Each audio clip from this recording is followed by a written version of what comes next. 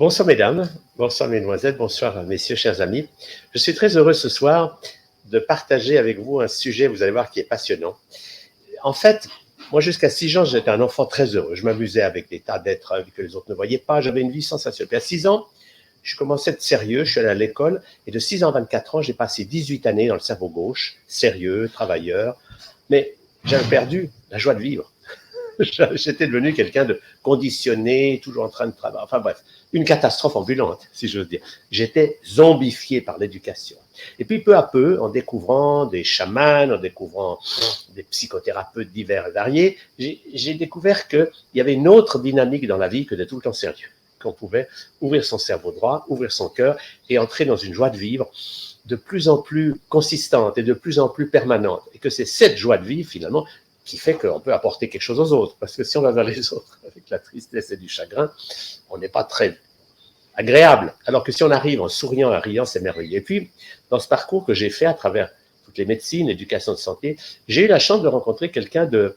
Vraiment, ça a été une rencontre exceptionnelle. Et je suis très, très heureux ce soir qu'il soit avec moi pour vous parler de santé et le rire. Je nomme Kinou le clown, que j'ai rencontré et que je vais laisser maintenant se présenter à vous. Bien, ben, j'ai pas mon nez rouge, hein. Oh, quoique, un petit peu. Bon, ben, la présentation, elle est simple. Moi, je suis, comme Astérix et Obélix sont tombés dans la potion magique étant petit, moi, je suis tombé dans le rire. La passion du cirque, du clown, de Zavata à la télé, etc., etc. Et puis, n'étant pas d'une famille de cirque, n'étant pas branché sur le côté rire, bon, mais dans la vie, ce qui doit se faire, se fait. Et à travers tout un cheminement passionnant, le cheval déjà, j'étais intéressé par les chevaux, donc j'ai travaillé les chevaux, les spectacles équestres avec des gens merveilleux, parcs d'attractions, cow-boys, indiens, étant dans le parc, faire du cinéma, faire des feuilletons, faire des romans photos. Et puis ce cheval m'a ramené au spectacle équestre et aux gens de cirque. J'ai connu des clowns, j'ai fait du clown en amateur pour les enfants, puis petit à petit j'ai connu un partenaire et on a fait du professionnel avec l'époque où vous avez connu certainement, pour les plus anciens, ceux qui ont les cheveux blancs comme moi, il y avait deux personnages, le clown blanc et l'Auguste. Le clown blanc, c'est le côté sérieux, le professeur, fait pas ci, fait pas ça, et l'Auguste qui a son nez rouge, ses grosses chaussures, l'air un petit peu idiot, mais qui en fin de compte est plus prisé et aimé des enfants parce que c'est lui qui rapproche un peu de tous ces gags et tout. En fin de compte, c'est la dualité. La dualité l'homme-femme, le jour, la nuit, les contraires complémentaires. Et on s'aperçoit que l'un ne va pas sans l'autre. Et c'est passionnant parce que ces deux clowns permettent tout un échange, tout un travail. Et j'ai eu la chance de faire une belle carrière. Quand je dis une belle carrière, c'est pas pour gonfler mes chevilles, mais faire des émissions comme Piste aux étoiles, travailler chez Jean Richard pendant 10 ans, faire beaucoup de spectacles et petit à petit, parce qu'on voit toujours le clown pour les enfants. Ah, bonjour les petits enfants. Non, non. Le clown, c'est aussi des tours de magie pour les adultes. C'est des kermesses, c'est des fêtes de village, c'est des arbres de Noël, c'est des fêtes de société.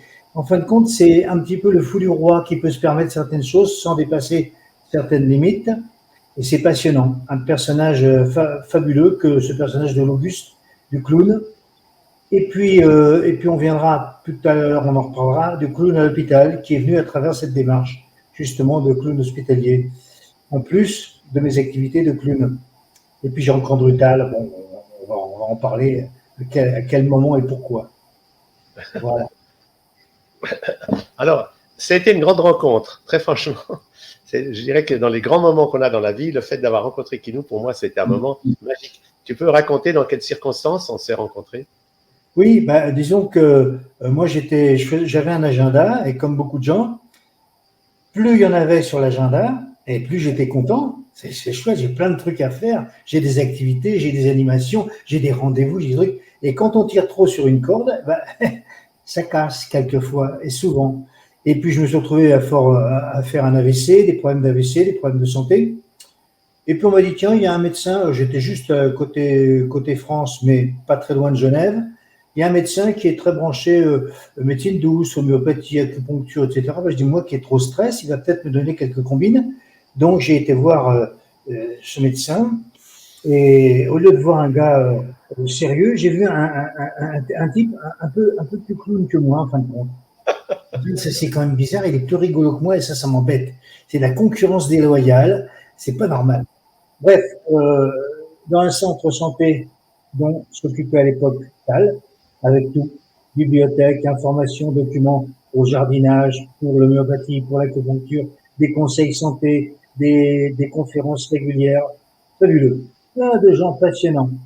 Et de là, je me suis retrouvé comme présentateur animateur d'un salon de médecine douce sur Genève. Et il voulait un personnage un petit peu pas clown avec le nez rouge, etc. Parce que c'était, mais un personnage coloré, habillé tout en jaune et rouge, qui présentait chaque conférence, qui freinait un peu les conférenciers trop bavards, qui préparait l'arrivée du. Et ça m'a permis pendant des années, en faisant ces 10 jours de conférences sur Genève, de connaître plein de notoriétés, de gens très connus dans le domaine de la santé, de croiser des gens comme Kouzmine, etc., etc. Bref. Et c'était assez passionnant.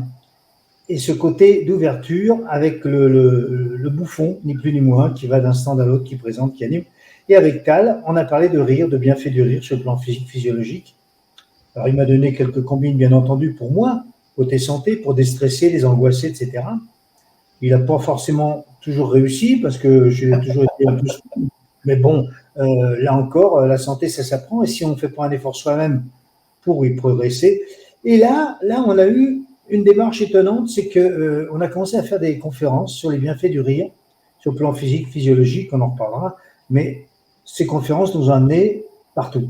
Quand je dis partout, c'est-à-dire qu'on a commencé à faire des groupes santé, et au lieu de parler sérieusement du rire, parce que le rire, c'est bien entendu toute des effets physiques, physiologiques, des bienfaits pour notre corps, on en reparlera, le médecin compétent en parlera. Et moi, je coupais, en tant que clown, je coupais ces interventions par des gags, des tours de magie, pour casser l'ambiance.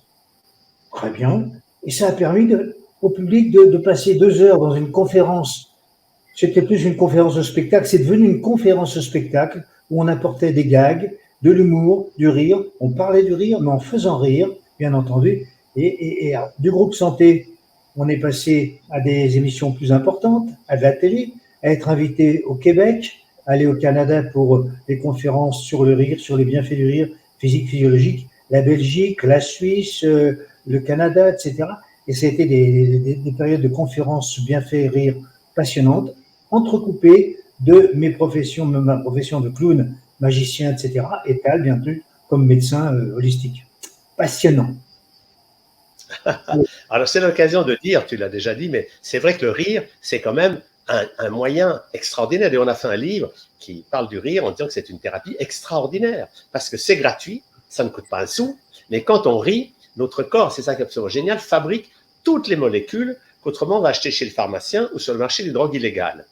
Alors, ça me fait rire d'ailleurs parce que quand on a fait pas mal d'émissions chez les grands de Chavannes, Drucker, enfin des émissions de TV, parce qu'un médecin, un clown, ça c'était drôle. Alors quand on parlait un peu du rire, ils étaient très contents. Mais quand on disait ce que je dis maintenant, que le rire peut remplacer tous les médicaments, je me rappelle toujours ces présentateurs, ils disaient oui, mais merci, et ils nous poussaient dehors parce qu'ils avaient peur de l'industrie pharmaceutique. Parce que l'industrie n'aime pas ces promos. Parce que si le rire peut tout guérir, G-A-I-R-I-R-E, ben, on a moins besoin, finalement plus besoin de chimie ou de drogue illégale. C'est ça le côté passionnant de cette aventure du rire. Bien sûr, et là encore, on n'a rien inventé. Hein. Tel Chalère ou Quinou, on n'a rien inventé.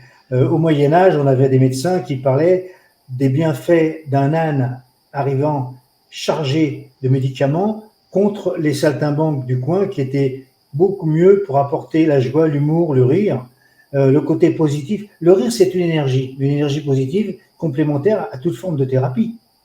Alors moi, je me soigne en homéopathie, l'autre en allopathie, etc. Quelle importance! Si le rire est en plus, c'est un plus pour le côté positif, etc.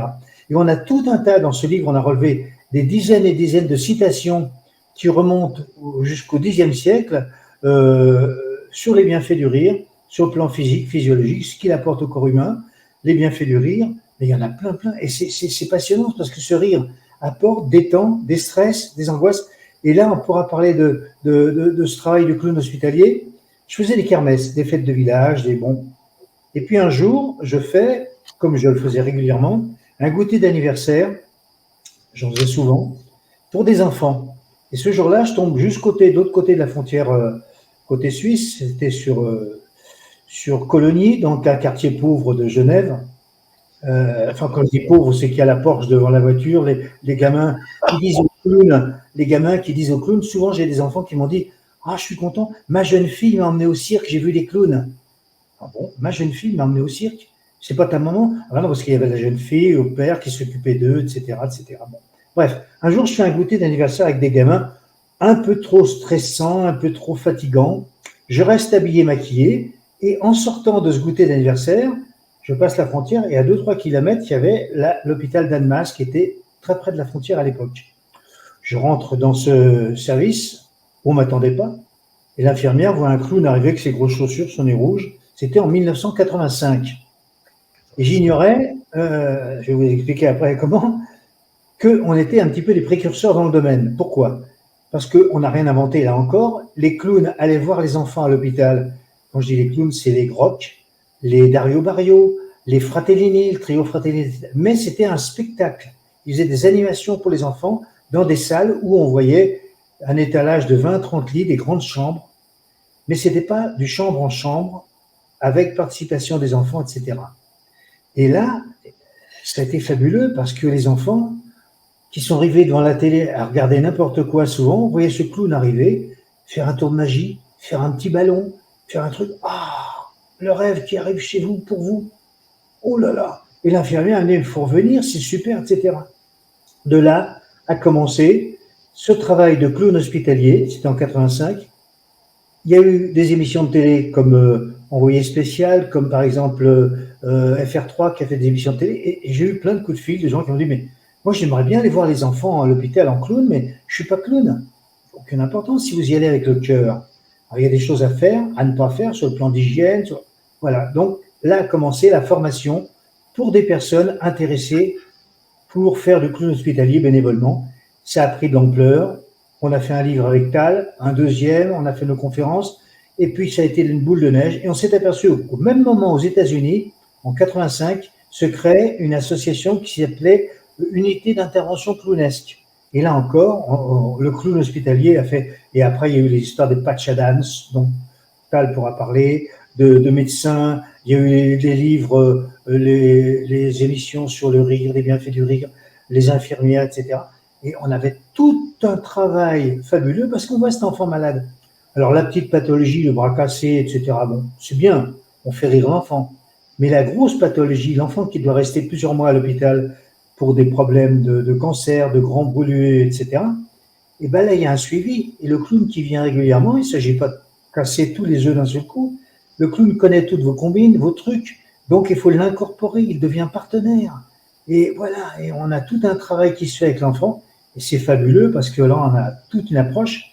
Mais le côté intéressant qui n'était pas prévu, c'est qu'on voit ce gosse qui s'amuse, qui rit avec les clowns, mais les parents qui sont là, bouffés d'angoisse, parce que ça fait des mois que leur gamin est malade, qu'ils sont là, et de voir leur gamin qui sourit, qui rit avec le clown, une récréation, du bien-être, une pause, un marchand de rêve. Et voilà, et il y a 10 000 anecdotes là-dessus. Tu peux peut-être relever magnifique. Un peu sur ces bienfaits.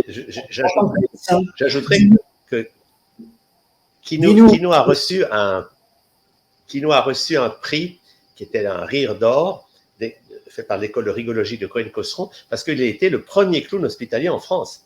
C'est-à-dire qu'avant lui, personne n'avait fait ça. Et c'est vraiment une brèche ouverte. Maintenant, il y a des clowns un peu partout. C'est une dynamique merveilleuse d'apporter à ceux qui souffrent une autre dynamique que simplement des médicaments, quoi. Mais par le rire, de changer leur état de fréquence vibratoire et de voir qu'ils peuvent rire et s'amuser. Le Dr Patch dont tu as parlé, il y a un très beau film qui s'appelle Dr Patch, vous pouvez trouver sur Internet, c'est Anthony Robbins, le grand acteur qui est décédé maintenant, mais il a rencontré ce Dr Patch, qui est un médecin à clown et qui est entouré de clowns, et ils sont allés en Russie en clown, enfin, c'est un truc extraordinaire. Et puis, Anthony Robbins a été tellement enthousiasmé par l'aventure de Dr Patch qu'il en a fait un film où il joue lui-même le rôle du Dr Patch. Très, très beau film, et qui montre la puissance du rire guérisseur, du rire thérapeutique. Parce qu'évidemment, tout ça, ça demande de faire rire, mais avec le cœur. parce que c'est vrai qu'il ne s'agit pas de se moquer des gens avec le rire sarcastique ou le rire méchant, mais le rire qui vient du cœur est vraiment quelque chose de magique, de merveilleux, parce que ça nous fait sortir tout d'un coup de ces vibrations basses de tristesse. Et puis une fois qu'on a enclenché ce rire intérieur, ben, on sourit toute la journée. Moi, je dois dire, les gens me disent tout le temps, mais qu'est-ce que tu attends? Tu es tout le temps en train de rire. Mais c'est vrai, je me rends compte que je ris beaucoup par rapport à quand j'avais 18 ou 20 ans. Je riais qu'une fois par mois, mais c'était une catastrophe. Maintenant, je ris beaucoup. Et quand je ne peux pas rire, parce qu'on ne peut pas rire partout, je souris et j'ai le rire à l'intérieur. C'est une très belle dynamique, le rire. Oui, on et peut on pas... est plaisir qui nous de parcourir le monde pour faire passer ce message. C'est vrai qu'on peut pas rire de tout, n'importe quoi, n'importe comment, mais il est certain que les bienfaits du rire, c'est quelque chose de fabuleux. Alors, on rit spontanément. Le rire est spontané. Alors, vous avez quelqu'un qui va glisser sur une peau de banane, on a tendance à rigoler. Bon, quelqu'un qui monte un escalier, qui loupe une marche, on a tendance à rire. Alors, il est important de dissocier un point étonnant, c'est que on va voir d'abord, tu t'es pas fait mal, non, ça va. Rire, il y a un truc idéal, c'est rire avec, mais pas rire de. Et si on rit avec et que l'on ne rit pas de, on élimine tous les rires négatifs. Rire de la personne obèse, rire de ceci, rire de cela. Et là, on s'aperçoit que c'est un rire positif. Alors, bien entendu, des clowns, je disais, ces clowns qui allaient voir les enfants, au début du siècle, il y a eu des associations au début du siècle qui s'appelaient la santé à l'hôpital, rire à l'hôpital, les bienfaits du rire. On n'a rien inventé, mais c'était tout un ensemble dans la salle, en grosse diffusion, spectacle, que maintenant le clown a plus un travail où il est auprès des soignants. Et puis il y a plein de combines, parce que il ne faut pas négliger dans le rire. Quand je vais à l'hôpital, pendant des années, l'infirmière, ah bah tiens, tel gamin, il n'a pas de visite. Ou là, il y a un problème d'inceste. Ou là, ça nous permet d'éviter de dire certaines choses, de faire certaines choses, et on peut jongler dans la manière où on aborde les tours. L'enfant parle pas un mot français, aucun problème. Le rire ouvre toutes les frontières à travers les tours de magie. Et quand vous avez les parents qui sont là, qui étaient étrangers et en vacances, et le gosse est tombé malade, de voir le gosse qui rit, vous êtes accepté tout de suite. Ça passe. Très bien. Donc, c'est bien fait de rire sur le plan physique, il y en a beaucoup. Mais ce que l'on voit sur le terrain, en tant que clown hospitalier, c'est fabuleux. Et on a eu des réactions. On a eu avec Tal, par exemple, au Québec, on a eu des salles entières qui se levaient avec la bougie, avec leurs fameuses chansons sur des côtés émouvants. Et là encore, on a dans ce livre qu'on avait fait, on a tout un tas de citations sur les bienfaits du rire, mais aussi d'anecdotes, de choses qui nous sont arrivées à travers les bienfaits du rire et à travers les enfants et nos sketchs. Ouais. Oui, ça a été une belle aventure. Et d'ailleurs, on a une petite surprise à vous montrer ce soir. C'est un extrait d'une conférence spectacle qu'on a donnée avec Kinou, je ne sais plus en quelle année c'était, mais ça devait être en 85 ou 86. Et ça va vous donner un peu le ton sur lequel on parlait et le genre de choses qu'on racontait. Donc, Eric, si tu viens nous passer l'extrait de notre conférence sur le rire.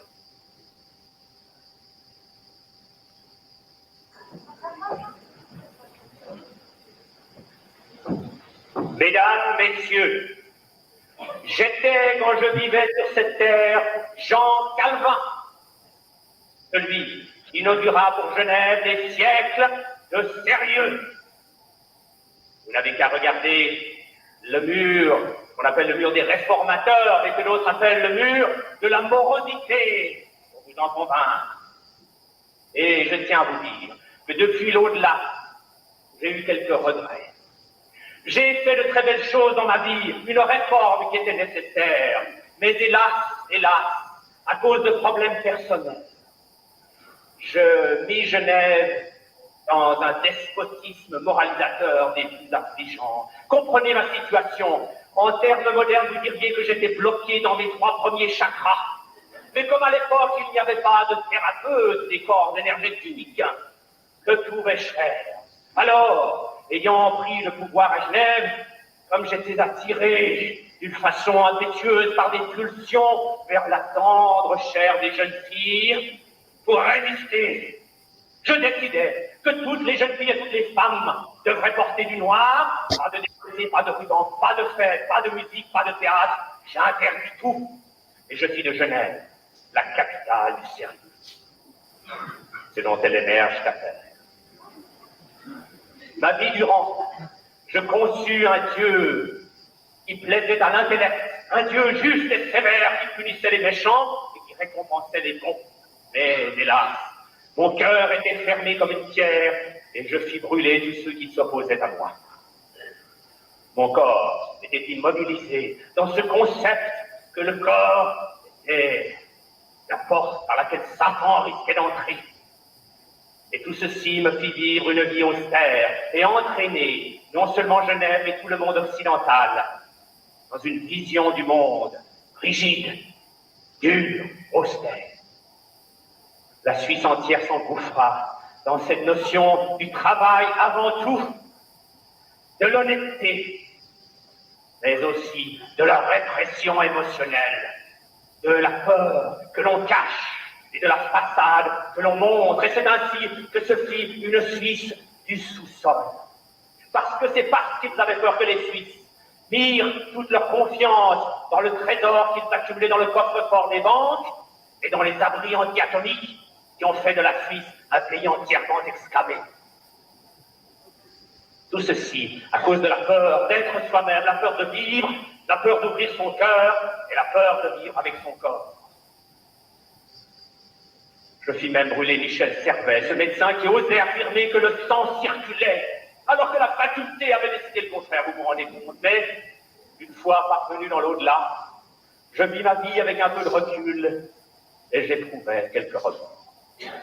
Je me dis de là-haut, il faut changer tout cela, il faut une nouvelle réforme à Genève. Alors, je cherchais à inspirer quelques individus qui pourraient m'aider. Parmi l'un d'eux, j'en trouvais un qui me ressemblait comme deux gouttes d'eau. Un jeune médecin, intellectuel, intolérant, fanatique, fermé dans ses émotions, rigide, persuadé de tout savoir. Le jeune docteur Chater. Je décidai, pour entreprendre cette nouvelle réforme, avec d'autres bien sûr, de le dévergonder, de l'amener à découvrir qu'il y avait autre chose dans la vie que l'intellect survolté. Alors je vis sur ses pas une petite femme belge, pulpeuse, adorable, prime sautière, qui se chargea bien vite de lui faire découvrir que la vie c'était autre chose que lire des livres et penser toute la journée. Et c'est ainsi qu'ensemble, ils créèrent la Fondation Solaire. Cet organisme dont le but était que les lumières de la connaissance et de la santé et du rire et de la joie de vivre puissent dissoudre les ténèbres de l'ignorance et de la peur. Avec courage, ils firent toutes sortes d'actions pour essayer de réveiller les Genevois et les Suisses. Mais vous savez, les Suisses sont des gens qui se lèvent tôt et qui se réveillent tard. Et leur tâche fut difficile. Ils osèrent publier à un certain moment des livres, par exemple, l'Évangile essénien. Cet ouvrage qui montre le christianisme originel avant qu'il ait été pollué par le clergé et par la volonté de puissance des prêtres. Évidemment, les théologiens poussèrent des cris, mais ils persévérèrent. Ensuite, ils publièrent des livres sur la santé. Bien sûr que les médecins scolastiques poussèrent à nouveau des cris, disant « mais la santé, c'est nous les médecins qui savons ce qu'il faut faire ». Alors que disaient « non, la santé, c'est votre affaire, c'est à vous d'apprendre à être en bonne santé ». Les années passèrent. À un moment donné, je m'aperçus qu'ils avaient besoin d'un soutien supplémentaire et je convainquis un Savoyard de venir réveiller Genève avec eux. Et c'est ainsi que dans quelques instants, vous allez voir Tinou, le Savoyard, venir, mais non pas comme en 1602 avec des armes et des échelles, non, avec des fleurs et des ballons, pour vous parler du livre. Mais avant que Tinou n'apparaisse, j'ai une confidence à vous faire. Je suis sûr que beaucoup d'entre vous se demandent « Mais Calvin, que fais-tu dans l'au-delà » Eh bien, je vais vous le dire. C'est un scoop. La vie de Calvin dans les mondes de lumière, je vais vous dire, écoutez bien. Dans la Tahiti céleste, j'apprends à danser le tabouret avec les anges.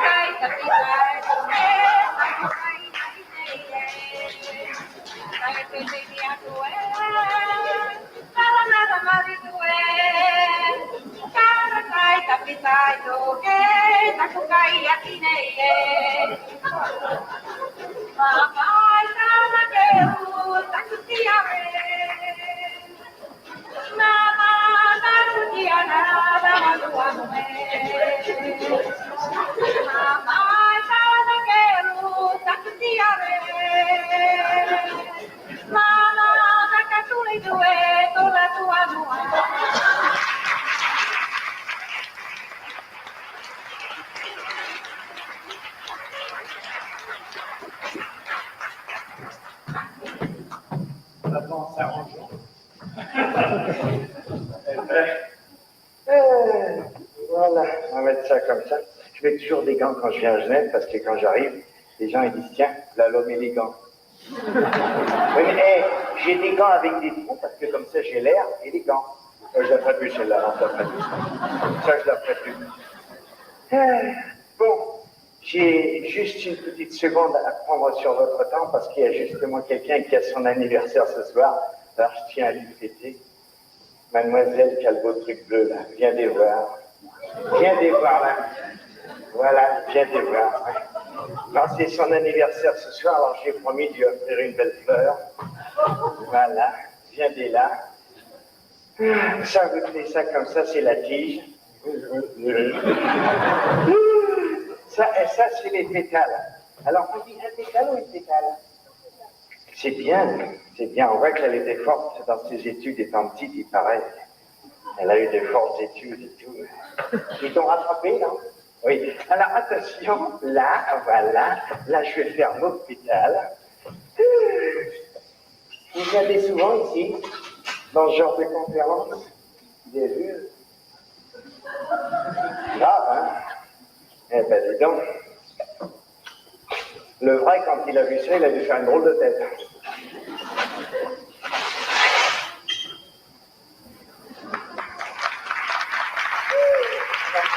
Bravo! Normalement, quand on donne une fleur à une dame, on ne donne pas une seule fleur, on donne un bouquet. Ah bah oui, parce qu'il faut qu'il y ait un bouquet. Alors, pour pas qu'on passe toute la soirée à faire des bouquets et des fleurs, je vais faire la petite bête qui va aller de fleur en fleur. Elle prend la petite graine, elle rentre chez elle. Vous connaissez une histoire, la petite graine? Non, bon, je vous raconterai tout à l'heure. Là, comme ça, voilà. Et là, on va faire la petite graine, voilà. Hop, on fait comme ça, là, là. Voilà, c'est la tabelle. La tabelle. Et puis, pour arroser la fleur tous les matins, il faut faire ça comme ça. Aïe. Ça vous fait rien. Ils sont méchants. Non, parce qu'on ne va pas faire un arrosoir. On va simplement faire un petit chien qui va faire pipi sur la fleur tous les matins. Voilà, pour l'arroser.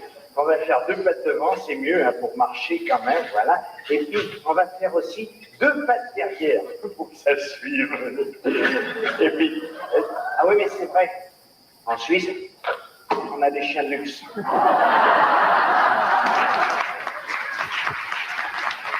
Voilà.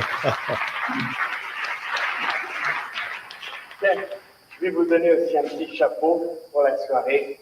Là. Oh! Le chef indien. Non, mais si ça vous plaît pas en indien, vous le mettez comme ça fait David Croquette. Et si ça va pas en David Croquette, tiens, ça fait le duc de Savoie. Et si ça va pas en duc de Savoie, ça fait Cléopâtre. Voilà. Tiens, là, le bâton de commandement, vous pouvez vous asseoir. Puis même, avant de partir, on fait une petite piste, là. Profiteuse, va! Allez vous asseoir, les gars! Oh. Merci beaucoup, Eric. Merci. Merci. Ouais, effectivement, oui, effectivement, il y avait ce côté calvin au début, mais il faut mettre le contexte. On était sur Genève. Donc, avec le côté Calvin, c'est le côté rigide, l'explication, etc. Et après, ça allait crescendo avec des sketchs, des gags, de la musique. Et on en allait de plus en plus dans le délire du spectacle, du rire et la bonne humeur. Il y a une chose qu'on faisait, je me rappelle par exemple, on avait créé un personnage très amusant, c'est qu'au moment où on disait aux gens, oui, vous êtes tous pour l'amour, la joie, et puis tout le monde criait, les gens étaient très enthousiastes, il y avait une dame dans le fond qui criait, non, pas du tout. Alors on dit, madame, venez un peu. Alors elle s'approchait, une dame toute en noir avec des lunettes, un chapeau noir, vraiment très fermé. On la faisait monter sur la scène, puis on lui disait, comment vous appelez-vous? Elle disait, je m'appelle madame Victime. Les gens commençaient à comprendre. Alors on disait, mais madame Victime, vous ne voulez pas changer un peu vos idées noires, vos habitudes? Elle disait, non, toutes vos histoires, j'y crois pas. Et quand on était là, presque à bout de souffle, tout d'un coup, elle disait, vous avez dit l'amour? Elle avait une lueur d'espoir. Alors, on disait, oui, vous pouvez vivre l'amour. Alors, on disait, pour ça, il faut enlever vos idées noires, enlever son chapeau, il faut enlever votre façon de voir le monde, enlever ses lunettes. Et alors, le moment extraordinaire, c'est qu'on disait, il faut enlever cette robe noire qui est toutes vos habitudes. Et on descendait la robe d'un coup, c'était avec des velcros, et on voyait apparaître une très jolie femme qui regardait Kinou avec un regard de passion. Qui courait après Kinou dans les coulisses où on entendait des cris. Et tout le monde était mort de rire. L'image vraiment du changement des deux personnages, ce personnage triste dans le négatif complètement, et qui d'un seul coup revient dans le positif, comme un jour en bouquinant, je tombe sur une citation, « Faire rire est une manière d'offrir l'amour ». Je dis, voilà, quand on va à l'hôpital, quand on fait nos trucs, quand on fait nos sketchs, faire rire, c'est une manière d'offrir l'amour. Et après, ça a duré pendant 20 ou 30 ans, que un spectacle pour une kermesse, une fête d'école, le spectacle du Parti communiste ou la fête du curé, je terminais toujours les spectacles parce que les enfants souvent me disaient, mais ce que tu fais, c'est de la vraie magie ou de la fausse magie? Alors, je dis, mais pourquoi ils me disent ça? En fin de compte, les gamins sont très très forts. La vraie magie, c'est quand ils comprennent rien du truc. Et la fausse magie, ils ont compris qu'il y avait une combine. Alors à la fin du spectacle, je leur ai écouté, je vais vous dire un secret, tout ce que j'ai fait, c'est pas de la vraie magie. La vraie magie, c'est ça. Et je faisais apparaître un cœur que je gonflais. Et ce gros cœur que je montrais, je dis, voilà, ce cœur, je vais vous l'envoyer. Et je vais vous dire le secret des secrets. Donc, je lâchais le cœur qui partait vers le public. Et je leur dis maintenant, je vais vous dire le secret des secrets. Tout l'amour qui vient vers vous, c'est important. Pourquoi? Parce que le pouvoir de l'amour, est une base. Et le pouvoir de l'amour remplacera l'amour du... Alors, il y a une chose à vous rappeler, c'était exactement ça la phrase. Il faut profiter du pouvoir de l'amour et non de l'amour du pouvoir. Et le jour où vous profiterez du pouvoir de l'amour et non de l'amour du pouvoir, toute la société change. Il y a une optique différente d'approche sur le côté positif de l'amour et du rire. Énergie du rire, bien sûr. C'est passionnant parce qu'on en est là aujourd'hui. C'est que tous ces gens qui sont dans l'amour du pouvoir et qui veulent contrôler l'humanité, ils sont en bout de course. Parce que de moins en moins de gens les croient. Et c'est pour ça qu'il y a de plus en plus de gens qui se tournent vers une autre dynamique. Et c'est là que apprendre à rire et apprendre les choses autrement, c'est une nouvelle démarche. C'est un nouveau monde qui se crée, un monde de joie, d'amour, de partage et d'unité, parce qu'on voit qu'on est tous un. Oui, parce qu'on est... C'est ce que je trouve merveilleux. Quand on rit, pratiquement, c'est un langage universel. Oui. On est dans l'angoisse de par les informations, de par ce que l'on voit, de par ce que l'on vit, etc. Et donc, angoisse plus angoisse, on ne se donne même plus la permission de rire, de sourire, de petites choses tout simples, en fin de compte, de profiter de cette énergie positive pour notre bienfait santé. Là encore. Par contre, on pourrait aussi citer quelques bienfaits physiques, physiologiques du rire. Ça, c'est au médecin de le dire, hein, c'est pas à moi de le dire.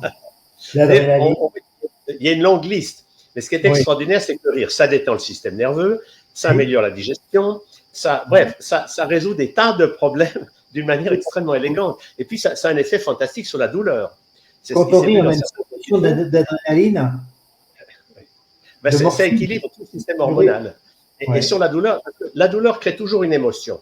Une douleur, ça crée une émotion. Mais si cette émotion, c'est de la peur, etc., dès que je ris, ça y est, je sécrète des endorphines et la douleur diminue. C'est pour ça que dans beaucoup d'hôpitaux, maintenant, quand quelqu'un a mal, plutôt que de piquer à la morphine, on fait venir le clown qui le fait rire, et il fabrique sa morphine lui-même. C'est la médecine du futur. On a eu aux États-Unis, pendant des années, on a eu En fin de compte, il y a un médecin que tout le monde connaît de nom, qui s'appelle le docteur Moody, parce qu'il a fait le fameux livre « La vie après la vie ». Alors, tout le monde voit les travaux du docteur Moody sur la vie après la vie, donc tous les problèmes des NDE qui sont arrivés, etc. après. Mais ce qui est intéressant, c'est de savoir qu'avant le bouquin de la vie après la vie, Moody a écrit un livre sur les bienfaits du rire et sur le travail des premiers clowns hospitaliers. Donc Moody savait déjà que l'apport du rire était quelque chose de vraiment très très intéressant. Et le rire, et sur ces travaux, il y a eu Patch, il y en a eu d'autres, mais les infirmières dans les hôpitaux en Californie, on a eu des infirmières se visiter de chambre en chambre avec des gags, des bandes dessinées, des boîtes à rire, on amenait du rire, du positif pour que les gens ne soient plus complètement bloqués par ce côté négatif avec des jeux de détente, d'amusement, de rire, de joie, d'humour. C'est très, très intéressant. En milieu hospitalier. En milieu hospitalier. Et même des badges. Des infirmières qui avaient des badges. Attention, le rire est contagieux. Mais vous pouvez l'attraper, il fait du bien, etc., etc. Et tout un tas d'anecdotes comme ça. Le nez rouge. L'importance du nez rouge. Le nez rouge qui est le plus petit masque du monde. Le nez rouge est le plus petit masque du monde. Mais ce qui est intéressant, c'est qu'en fin de compte, si vous mettez ce nez rouge dans un contexte complètement hors, vous êtes. Moi, j'ai fait l'expérience. Il n'y avait pas tellement d'embouteillage dans le coin où j'étais. Par contre, quand je rentrais le soir, souvent de Genève, il y a le pont de Genève où c'était voiture cul à cul à certaines heures. Je mettais un nez rouge et je bougeais pas mon volant. Et je voyais la réaction sur les côtés ou devant, le gars qui regardait. Non, mais celui-là, il est pas bien, il a son nez rouge et tout. J'ai vu des gars qui regardaient. Et effacer le truc, qu'est-ce que c'est que ça? Et en fin de compte, ça déstabilise. Il y a eu des émissions de télé où on voyait le comédien, ça a duré des années, dans les émissions de Jean-Paul Rouland, etc., où le comédien imitait les gens avec un nez rouge. Il se cachait derrière, il imitait la dame avec son caddie, la dame avec son chien. Donc tout le monde riait de voir ce comédien avec son nez rouge faire rire. Et quand le gars se retournait et qu'il voyait un gars qui avait un nez rouge, ah, c'est pour rire. Donc c'était pas dangereux. Alors qu'actuellement, il y en a plein qui n'ont pas de nez rouge, mais qui sont plus dangereux. Faut moins rire. C'est vrai. Ce qui est passionnant, c'est que le clown ou quelqu'un avec un nez rouge, c'est le seul adulte qui peut avoir des émotions intenses en public sans se faire enfermer. Parce que si vous allez sur la place d'un village et que vous commencez à avoir des émotions intenses de colère ou de tristesse et que vous commencez à hurler, on vous met tout de suite dans un asile. Mais si vous avez un nez rouge, les gens rient. Parce que le nez rouge suffit à dire non, il n'est pas violent, c'est un clown, il est là pour nous libérer et pas pour nous empoisonner avec ses émotions. C'est merveilleux. Moi, je me rappelle d'une anecdote que 3 secrétaires, elles avaient un patron un peu désagréable, qui n'était pas aimable, etc. Alors, si on lui dit ça comme ça, ouais. Alors, un jour, il est arrivé et les 3 secrétaires tapent à la machine avec leur nez rouge. Il s'est arrêté, stupéfait. Il ne disait rien. Elle tape à la machine avec leur nez rouge. Il a compris le message, il est ressorti, il est revenu avec des fleurs, il est devenu charmant. Ça l'avait détendu, amabilisé en quelque sorte. C'est ça la puissance des nez rouges. On devrait tous avoir ça dans le sac à dos. Il était déstabilisé. Carrément déstabilisé. On devrait être remboursé par la sécurité sociale. Oui. Carrément déstabilisé par le rire, par la réaction des filles. Et ça, on a des anecdotes, on en a comme ça plein, etc. C'est certain que moi, je faisais aussi des maquillages d'enfants. Après les goûters d'anniversaire, je maquillais les enfants. Un jour, je vais chez une dame, pédopsychiatre en plus, suisse, et puis je maquille les enfants. Et puis la dame, elle vient vers moi à la fin. Elle me dit, mais vous pouvez me maquiller une petite coccinelle comme vous avez fait pour la petite fille là-bas?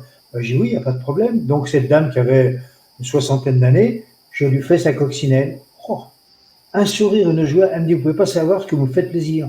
Je dis pourquoi? Elle me dit, j'ai jamais pu me maquiller étant petite. Parce que non, tu vas attacher ta robe, c'est pas bien, le maquillage c'est sale, etc. Et là, de me maquiller, et ben voilà, c'était devenu une coccinelle. Elle était toute contente. Des anecdotes comme ça, il y en a plein.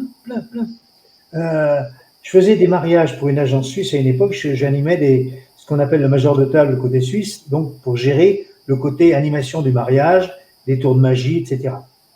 Et puis bon, mariage. Et un jour, je fais une fête, une grosse fête. Il y avait château gonflable, des attractions, des magiciens, des ceci, des cela. Je fais tout mon spectacle. Et le gars qui m'avait engagé vient me voir. Et il me dit, bah, c'est mon dernier tour de piste. Parce que tout le monde était invité, tous ses amis, toute sa famille. Personne ne savait pourquoi il faisait sa fête. Et il ne l'a pas dit. Et le gars me dit, vous savez, je suis condamné, j'ai vu voilà, mais je voulais partir en beauté. Bon, je dis pas que tout le monde peut faire ça, d'abord, il faut pouvoir le faire. Et le gars, eh ben, il voulait faire une grosse fête dans la joie, dans l'humour, dans la bonne humeur, partir. Et puis, bon, j'ai su qu'il était décédé 15 jours ou 3 semaines après, mais il avait fait sa grosse fête. Bon, voilà, c'est une anecdote parce qu'on ne fait pas souvent des gags comme ça pour quelqu'un qui part.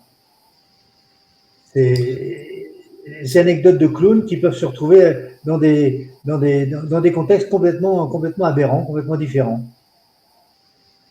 C'est magnifique. On avait d'ailleurs fait une émission sur Antenne 2, je me souviens, sur la rirothérapie, Oui. à laquelle j'ai participé moi aussi. Et à l'époque, je ne sais plus quelle année c'était, mais il y avait un club de rire en France Oui. qui s'était fait. Et puis après, il y en a eu des dizaines et des dizaines des clubs. Ces clubs de rire, c'est des gens qui se réunissent une fois par semaine pour trouver, avec des exercices complètement idiots, mais où on rit. Et quand on a ri pendant 1 heure, la semaine a changé vraiment. Ah, on se détend. Ça fait un bien fou. C'est quand même une arme magique. Ouais. On s'aperçoit dans des ateliers, d'ailleurs, que l'on a fait avec Tal, des ateliers où moi le premier, j'avais du mal à rire. Alors, on se force un peu au début. Mais le rire est communicatif. Par exemple, il y avait des ateliers avec des exercices. Mettre les gens couchés sur le dos en se tenant la main en étoile. Et quand on prend les rires, eh ben, il y a un truc quand même assez étonnant. C'est que tous les rires du monde, asiatiques, continent, africains, etc., tous les rires du monde partent sur A, E, I, O, U, les voyelles. Ah, ah, ah, I, I, O, U, toujours les voyelles pour démarrer son rire. Donc, on mettait ces gens en étoile, couchés sur le dos, et on attaquait avec les alors au début, ça se force un peu, et on voit les mains, le rire qui communique de l'un à l'autre, et après, on ne les arrêtait plus. C'était des bouffées de rire, etc. Donc, le rire au départ, on se force un peu, et après, il est tellement communicatif que on se vide d'une bonne énergie. Mais il y a tout un tas d'exercices à faire. On n'est pas obligé d'être... Alors, les clubs de rire se sont développés un peu partout, et c'est vraiment que c'est fabuleux, parce qu'on arrive à avoir des gens qui se déstressent, qui se désangoissent à travers des rencontres comme ça. Très bien. Nous, on a fait, avec nous, on a fait aussi, Fred, dans les entreprises, on s'est bien amusé de faire ça. C'est-à-dire qu'on arrivait dans des entreprises, et puis on amenait des exercices de rire, et puis les gens, je sais que des grandes banques suisses ont gardé ça. Des grandes banques, avant le conseil d'administration, ils se donnent la main, ils rient pendant 3 minutes, comme ça. Ouais. Parce qu'une fois qu'on a ri, l'ambiance est agréable. On n'arrive pas dans le stress. Donc, c'est des choses simples, mais qui sont d'une efficacité remarquable. Ouais. De là, c'est créé d'ailleurs certains personnages qui se faisaient appeler clown analystes, qui étaient vraiment très forts sur le plan psychologique, et dans une société, faisaient rire ou participaient à des exercices de rire, et on crevait l'abcès d'un problème qu'il y avait entre la direction, le personnel, le DRH, etc. Et le fait de crever l'abcès, eh ben, on en parlait en riant, donc il n'y avait plus le côté conflictuel, syndicat, machin, truc bidule, et tout allait bien. On vidait l'absent, on mettait sur la table, ah bah oui, on pourrait faire autrement, mais le rire apporte dans tous ces domaines, aussi bien en maison de retraite. En maison de retraite, on a aussi des spécialistes qui sont montés, une infirmière et puis un médecin qui avait créé ça en Belgique au départ. Et puis, la mémé ou le pépé qui est malade ne va pas dire à la blouse blanche tel ou tel problème. Mais un personnage qui était en clown, qui est neutre et qui est là, elle se confiait à ce personnage, ce qui permettait à ce clown de dire « Ah bah oui, il y a tel ou tel problème, là on pourrait améliorer ça et ça ». Et ce travail de clown analyste ou de clown hospitalier et de clown en milieu âgé, on a des résultats fabuleux, très très bien. Comme les marionnettes, le travail de la marionnette et thérapie pour des enfants malades, on s'est aperçu que faire des marionnettes à des enfants, leur faire fabriquer la marionnette, eh bien, il y a des enfants qui mettaient des pansements à certains endroits de la marionnette. Alors là, les médecins... Et avec des psys, en décortiquant, ils se sont aperçus que les gamins indiquaient certaines pathologies ou mal-être de choses qu'ils avaient enfouies ou qu'on ne voulait pas annoncer. Et là, on pouvait traiter l'enfant sur un plan sérieux à travers la marionnette, le rire, la bonne humeur et une mise en scène de ce personnage fictif. C'est un domaine très, très vaste. Très, très vaste. C'est passionnant. Et puis, le rire amène une autre dimension qui est passionnante, c'est celle du jeu. À ce propos, d'ailleurs, je vous signale, on a fait un livre avec Kino là-dessus, qui s'appelle Les bienfaits du jeu. Là, vous voyez Kino en clown. Et on a fait ce livre pour montrer l'importance d'oser jouer. Parce que la vie est trop triste si on est sérieux tout le temps. Et le jeu, ça déclenche le rire. On crée un jeu de société, un jeu amusant. Il y a des jeux qu'on peut faire seul, puis il y a des jeux qu'on peut faire en groupe, mais pour créer une autre atmosphère que de parler et rester dans les problèmes qui n'en finissent plus. Et c'est une très, très belle dynamique.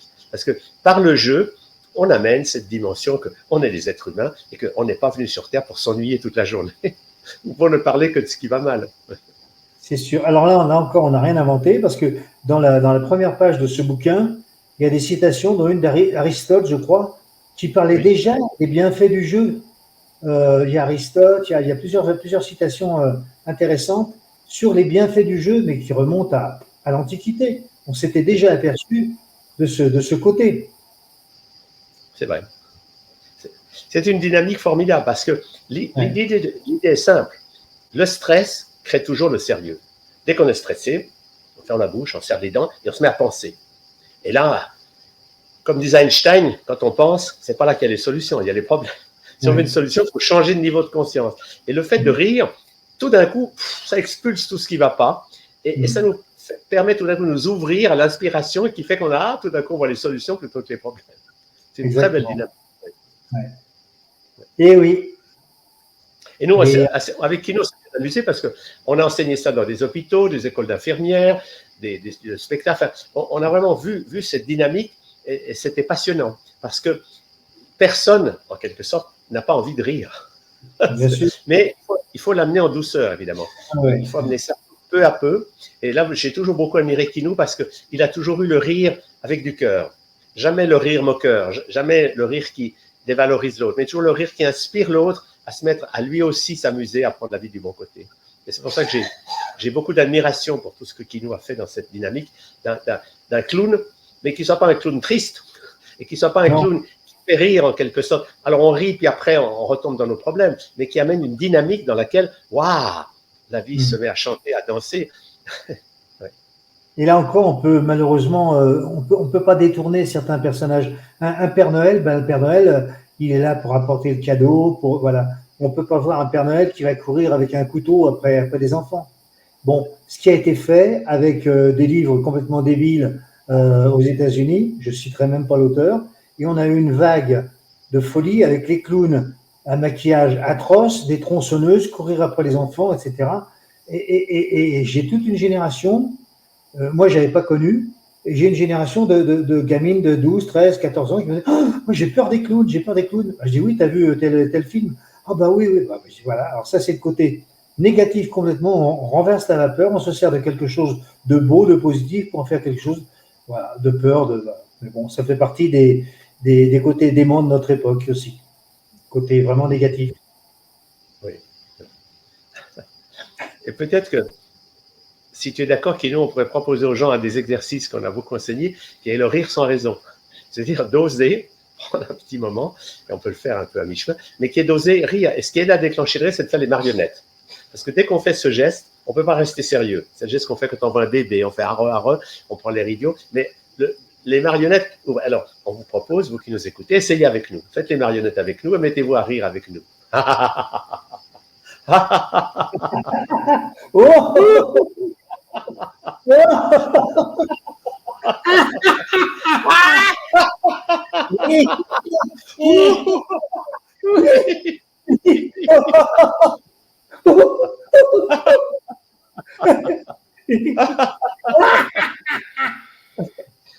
vous voyez, vous avez peut-être remarqué, ceux qui l'ont fait avec nous, que quand vous faites ça, vous entendez votre ego qui vous dit « arrête ».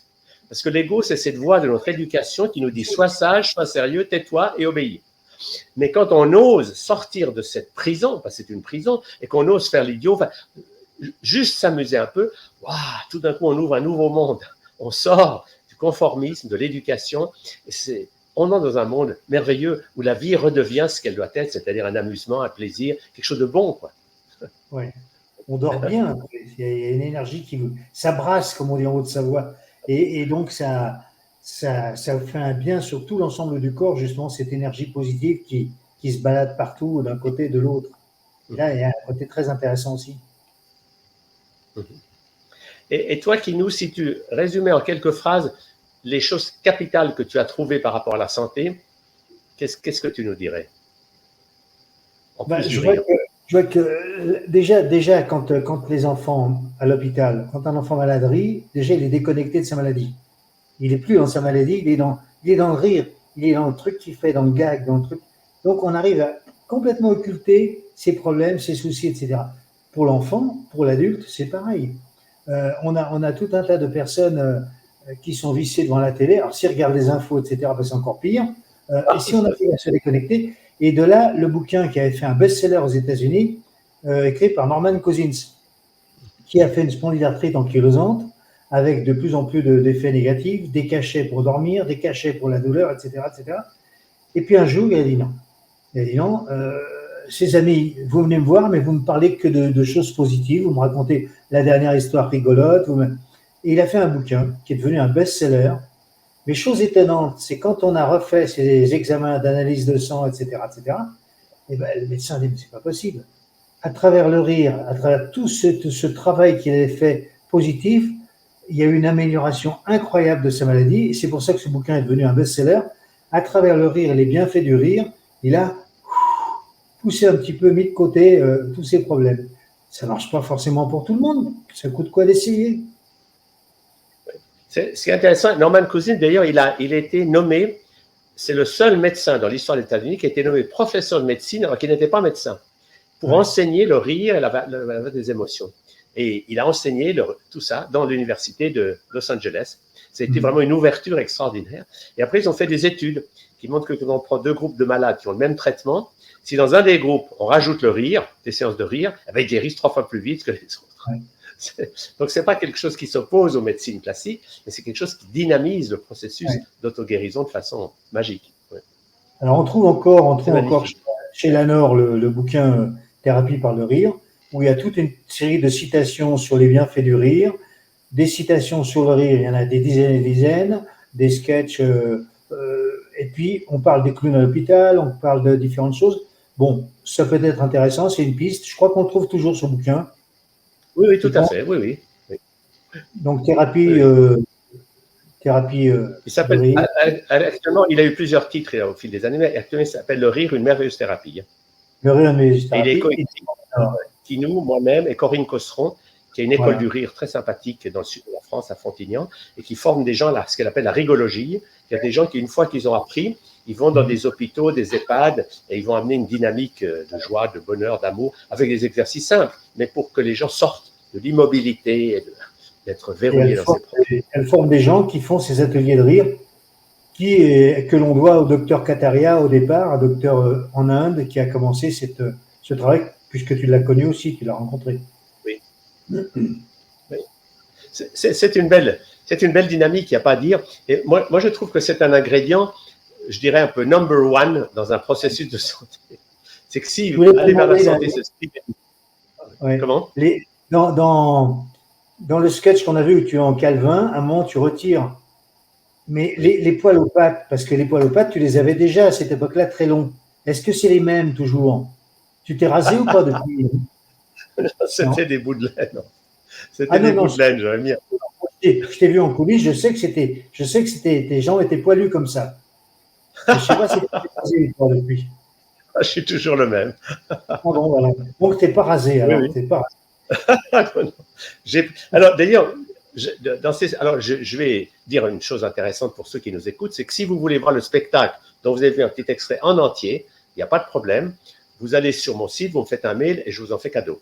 Parce que moi, j'offre ce spectacle qu'on avait fait il y a 40 ans en cadeau à ceux qui le veulent. Donc, il suffit de le demander et vous l'aurez, je vous l'envoie. C'est un joli spectacle, il y a toutes sortes, il y a d'autres personnages, il y a tout un enseignement, ça dure 2 heures, 2 heures et demie. Tu l'enverras parce que je ne l'ai plus. Tu l'as plus? Ah ben, je suis bien sûr que je l'ai. Au départ, c'était une cassette en VHS. Oui, c'était une cassette, oui, tout à fait. Mais là, maintenant, il est disponible. Et c'est un beau document, c'est un document d'archives, mais qui garde sa valeur. Parce que ce qui est extraordinaire avec le rire, c'est que ça ne se périme pas, c'est pas comme les médicaments. tu m'enverras ça sur mon mail, comme ça je reverrai tes poils aux pattes, parce que ça m'intrigue. Avec plaisir. Et puis, je dirais aussi que un certain nombre de ces sketchs, moi, je les ai repris sur ma chaîne YouTube, Oui. qu'on m'a un jour censuré. Donc, tout ce que j'avais fait sur YouTube, j'avais des tas de trucs cocasses comme ça, mais c'est tout sur mon site. J'ai récupéré tout ça, et là, on ne peut pas me les enlever. Et ça s'appelle sur le site « Les vidéos qui ne seront jamais supprimées ». Et là, il y a une grande masse d'informations que les gens peuvent aller voir, qui leur donnent des outils de santé, quoi. Oui. Et puis, quelle démarche est-ce que tu as fait, je vais te poser la question comme ça, sur le plan alimentation? Parce qu'une fois, tu m'as fait rire, tu m'as dit, oui, j'ai compris ton enseignement des 3 V. V, c'est viande, viande, viande. Oui, il y a aussi viande variée mais oui. Alors, il est certain que bon, dans la publicité que j'ai vue de l'émission, la présentation est très belle, des raisins, des fleurs, des champs de coquelicots, mais il faudra dire quand même à notre spécialiste, il a oublié de mettre des photos avec de la choucroute, tu vois, du boudin puré, des choses comme ça, c'est intéressant aussi. Non, il est certain que la santé, ça s'apprend. Et d'ailleurs, je crois qu'il y a quand même on s'aperçoit de plus en plus que la viande, on en met de plus en plus de côté, pour X raisons. Pas forcément protection animale, mais son bien-être. Et tout le monde a sa petite histoire, mais petit à petit, et je pense qu'on viendra à un végétarisme plus intéressant un peu partout, ce qui est logique. Ce qui n'empêche pas, pour ma part, de me faire plaisir de temps en temps si je suis invité et que quelqu'un a fait un petit roast beef. Bon, ben voilà, on ne fait pas de la peine à la personne qui a. Mais voilà. Oui, c'est le fameux V de varié, végétal, vivant et varié. Le V de varié, c'est un éloge de la mobilité. C'est pour pas que l'alimentation devienne quelque chose de rigide. Il faut que ça soit joyeux. Par contre, si on décide d'être complètement végan, pourquoi pas? Bien sûr. Pourquoi pas, ça? Chacun, oui, tout à fait. Chacun doit trouver son chemin. Mais il y a une ligne directrice. Et la ligne directrice, c'est d'aller vers quand même plus d'aliments naturels. Derrière l'écran, il y a des anecdotes que l'on sait. Par exemple, là, on t'a vu 2-3 fois, on t'a vu boire un verre.